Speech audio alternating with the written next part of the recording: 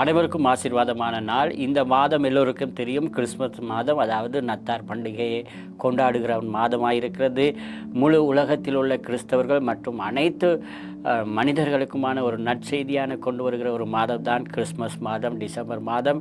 இந்த நாளையும் இன்றைக்கி உங்களோடு கூட நான் அந்த வாழ்த்துக்களை தெரிவு செய்து கொண்டு அதோடு கூட தேவனுடைய வார்த்தையிலிருந்து இப்படியாக நாங்கள் வாசிக்க கேட்க போகிறோம். கலாத்தியர் 4ஆம் அதிகாரம் 4-5 வசனங்கள் இப்படி சொல்கிறது: நாம் புத்திர சிவிகாரத்தை அடையும்படி நியாயப்பிரமாணத்திற்கு கீழ்ப்பட்டவர்களை மீட்கொள்வதற்காக காலம் நிறைவேறின போது ஸ்திரீனிடத்தில் பிறந்தவரும் நியாயப்பிரமாணத்துக்கு கீழ்மானவருமாகிய தம்முடைய குமாரனை தேவன் அனுப்பினார் என்று சொல்லப்படுகிறது. எனக்கு பிரியமானவர்களே, தேவன் சொல்லுகிறார் இந்த இடத்திலே புத்திர சுவீகாரத்தை அடையும்படிக்கு, அதாவது தேவனுடைய பிள்ளைகள் என்கிற உரிமையை பெற்று கொள்ளும்படிக்காக நியாயப்பிரமாணத்துக்கு கீழ்ப்பட்டவர்களும் அல்லது பாவத்துக்கு வாழ்கிற பாவத்தில் கீழ்ப்பட்டிருக்கிற ஜனங்களை மீட்டு கொள்ளும்படியாக தேவன் என்ன செய்தாராம்? இயேசு கிறிஸ்துவை இந்த பூமிக்கு அனுப்பினாராம். அவர் மூலமாகத்தான் தனக்கு எல்லா ஜனங்களையும் தன்னுடைய சொந்த குமாரத்திகளாக